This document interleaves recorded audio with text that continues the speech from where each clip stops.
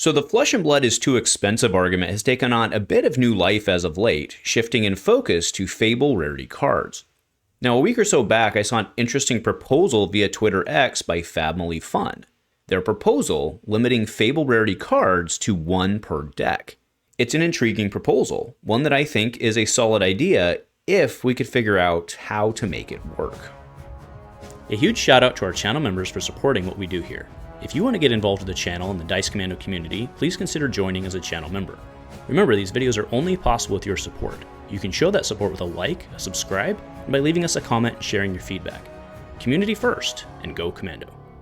Hey there, my Flesh and Blood friends, and welcome back to the channel. Thanks so much for tuning in here on your Flesh and Blood Friday. So right now, Fabled rarity cards are in the crosshairs, so to speak, of some community conversations, due largely to the tension between their intended role as collector's pieces and their occasional emergence as powerful competitive pieces. Now, to be fair, this conversation has always kind of been present, kind of in the back seats, but it's certainly been reignited as of late due to Gravy Bones using both Eye of Ophidia and Riches of Tropeldani, which, given on market moves, was, very recently an 800-ish pair. That's US, of course. So today I want to do two things. First, I do want to get real about let's call it, say, the playable Fables argument. And then second, I do want to discuss that interesting proposal by Family Fun that I referred to earlier around Fables in deck construction. Now, when it comes to Fabled rarity cards in Flesh and Blood, Legend Story Studios' general philosophy has always been that these cards are not intended as must-haves, so to speak, for competitive play. They're designed to be highly collectible, aka very rare, and thus exciting to pull from packs, but they haven't in general been intended to provide significant competitive advantage. And if we're being honest, historically, this has been pretty much how it's played out. While Fables have certainly popped up in winning decks from time to time, by and large, that's been the exception more so than the rule, at least historically. But looking forward, we do need to be fair here, putting into context the fact that the card pool is pretty deep as we approach the 6th anniversary of this game, right? And as more and more Fables enter the card pool, one historically one with each set, right? The chance of one of those Fables or more of them, as the case may be currently, filling a specific niche in a build or in a hero, it's going to go up, right? So I do think that it is kind of inevitable going forward that we're going to see more and more Fableds pop their way into, competitive builds. I do think that's very realistic. But there's really no denying that while most Fabled cards remain niche or collector's items, some certainly have proven to be generally strong within the right metas, right? Heart of Fyendal may not be, the talk of the town right now, but it certainly has its day during fatigue-favored metas, and Eye of Ophidia has always been desirable within certain decks, right? Blaze, whatever it may be. So that's always been there.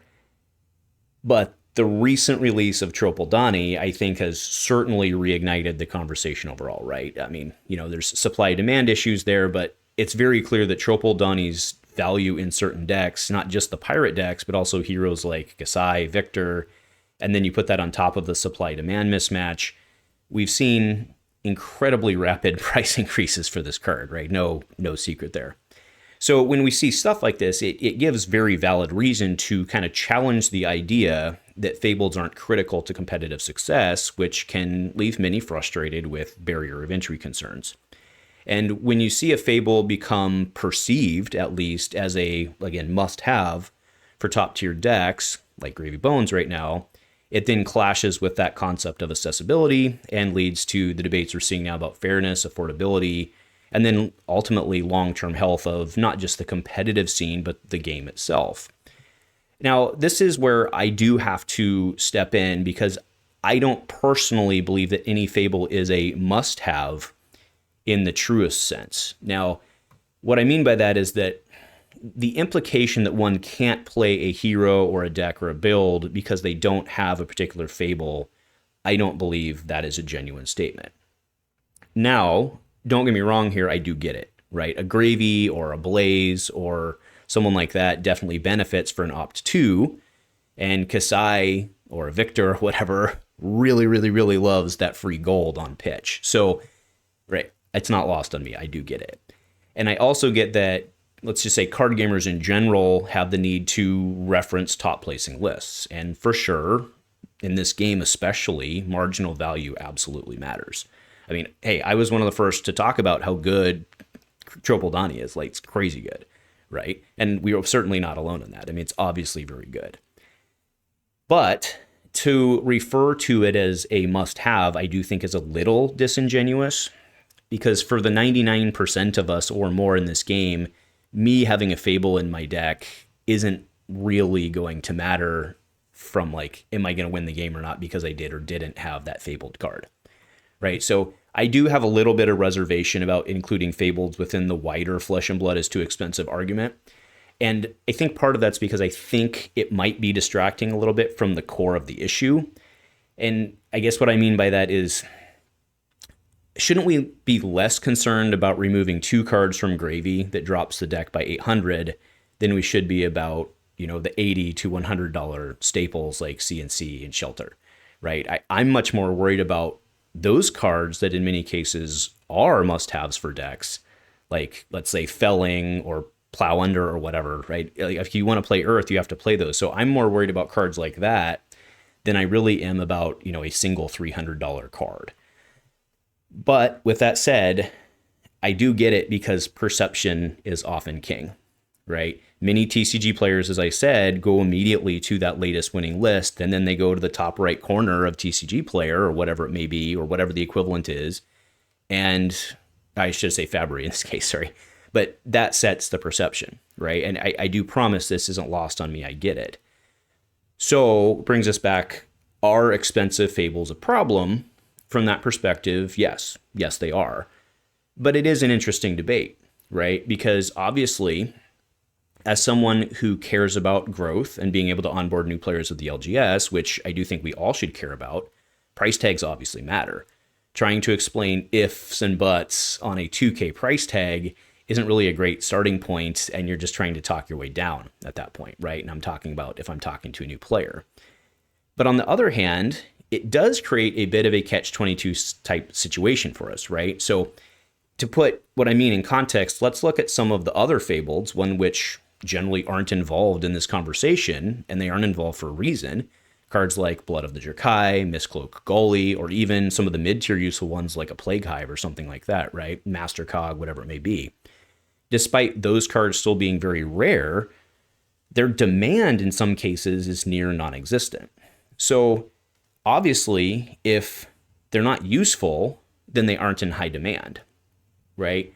And even if we only restrict our discussion to cold foil versions of these cards, which in theory at least should be somewhat separate from the players versus collectors argument, as they are clearly collectors pieces and players can buy the rainbow versions, we still see that cold foil Fabled prices do not correlate with set print run quantity, which means there's an undeniable doubt of correlation of these prices with playability. So that's the push-pull, right? We can't have highly sought-after pieces if they aren't actually highly sought after. We don't want our Fableds to be playable because they're too expensive, but if we don't have playable Fableds, or at least useful Fableds, then they're functionally worthless, right? And I think that at least conceptually, most of us can agree that the concept of a Fable and a high chase card is good for the game because it fuels sales, growth, and all that. So we do have a bit of a catch-22. We don't want them to be expensive so that we can use them, but the fact that we want to use them makes them more in demand and affects that price. So that is why I believe, actually, that this isn't really about the Fabled cards themselves, but instead it's just an extension of the overall Fab is too expensive argument, right? And if we step back and we even look at, something like Magic the Gathering or Commander or something, right? I think there are correlations to be drawn on some of their higher priced cards, right? There's very few, Commander decks out there that are unplayable because you don't have a dual land or you don't have a Mox or, or whatever. Right, very few commander decks are unplayable for that fact, and I do, they certainly have the advantage, but they're not unplayable. And I think that that's a very similar situation, and I do get the competitive versus not angle there, and I totally get it, right? And I know it's not 1-to-1, but we very rarely hear someone say, well, I can't play this deck because of this Fable, right? It's more instead of, well, what's the price tag?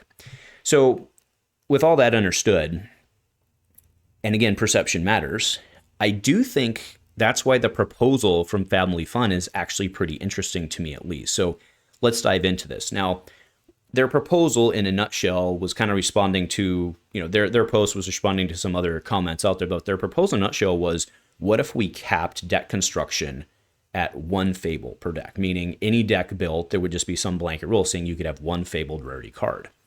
So first off, I do want to give a shout out to them for allowing me to discuss this openly and use their name, and in general for being really awesome in the community. It's always great to see their posts and what the family is doing. So first off, I just want to say I actually love this idea, at least in concept. Now, it's no functionally different than any number of like fan formats or anything that could limit cards or, make I think it's like Canadian Highlander or something like that, right? Where there's like a point value to things. You can only include so many points. I like that. But keep in mind, those are fan formats. And like anything good, we do have to think, though, of the drawbacks. And unfortunately, as much as I love the idea, at least theoretically, of capping deck cost, and in this case, I mean like actual monetary cost, I do think this one isn't super practical, even though I love the idea. I think it would be really hard to implement. And that's primarily because the legendary keyword is on a lot of other cards in the game as well, like Gorg Tome and something like that, right? So we couldn't just say you can only have 1 legendary per deck, right? It would even affect some of the like new rare specs we've seen from the Hunted and stuff like that, right? I mean, actually, it's not a spec, but it's functionally, anyway, you know what I mean, right? I'm talking about Fire and Brimstone, right? And cards like that. So those are legendary, could only include 1. So being able to do that and not Blood of the Drakaya or something like that, not that you would want to do that, but you get my point, right? So I don't think it's practical due to having to like really kind of just rewrite the rules. And I don't think there's any chance in hell they would ever actually like errata a Fabled to like put a different keyword on there. So I don't think that's going to happen. So the update would have to go into the rules itself, which isn't outrageous, I suppose, just to say you can only have 1 Fabled rarity card. But it just seems not very TCG-y to do it that way. And instead, I think you'd want it on a keyword or something like that. But like I said, it already exists, and I don't think they're going to rot it. So there's the practical reason. And again, there's ways to get around that in theory, right? But if we move beyond just that portion of it, I actually have been, as I've been thinking about this, I actually wonder if, given kind of the constraints of gaming culture, if this wouldn't actually backfire on us. And what I mean by that is this might actually work against us in a way, right? A lot of decks, most decks, don't use Fables, and they really have no intention to, right? But I can't help but wonder if the allowance, like let's say we do say only 1 Fabled can be used in any deck. Do we actually risk encouraging folks to put Fableds in their deck for that reason? Because they're like, well, the game says I can use up to 1 of these. I should probably do that. I don't know where we land on this game because it's purely competitive. Maybe we do, maybe we don't. But I think you can see where I'm going there is if we put this big shiny cherry on top, and we're like, you can have 1 cherry. Everyone's going to be like, well, I'm damn sure putting a cherry on my ice cream sundae, right? So I do wonder if that's a thing, right? On the surface, obviously, if you apply the gamer mindset, no, you don't have to have a Fabled. But again, if you tell a gamer that they can, by the rules, max min something, more often than not, they're going to do it. So I think you could risk entering the situation where, regardless if it's good or not, needed or not, knowing that I can include up to 1 of these amazing Fabled cards, I think it almost, in a way, could become an expectation of deck building instead of a suggestion. So I absolutely love the proposal. I think it's a really great idea, mainly because it leans into kind of the catch-22 referred to, right? On on the basic premise, it acknowledges that we want Fabled cards to be desirable, or at least some of them to be, right? It also acknowledges and validates the existence of Fableds, and by analogy, their importance, which I think is a great way to approach the problem solving. Instead of just simply bitching about something or trying to say this shouldn't be this way, Family Fun's trying to work within it and solve a problem and propose a solution. And I really wish we had a lot more people like that in the game and in the community. Now, while I don't ultimately think this proposal will work, I do look forward to the solution space of this, right? And I really appreciate the intelligent dialogue about it. And I do wish we could have more discussions like this from the community, just like the one from our favorite Fab family, instead of some of the other stuff we see. So this one maybe doesn't work, but I think it's an intelligent and great way to start the conversation. So thanks, my friends, and go Commando.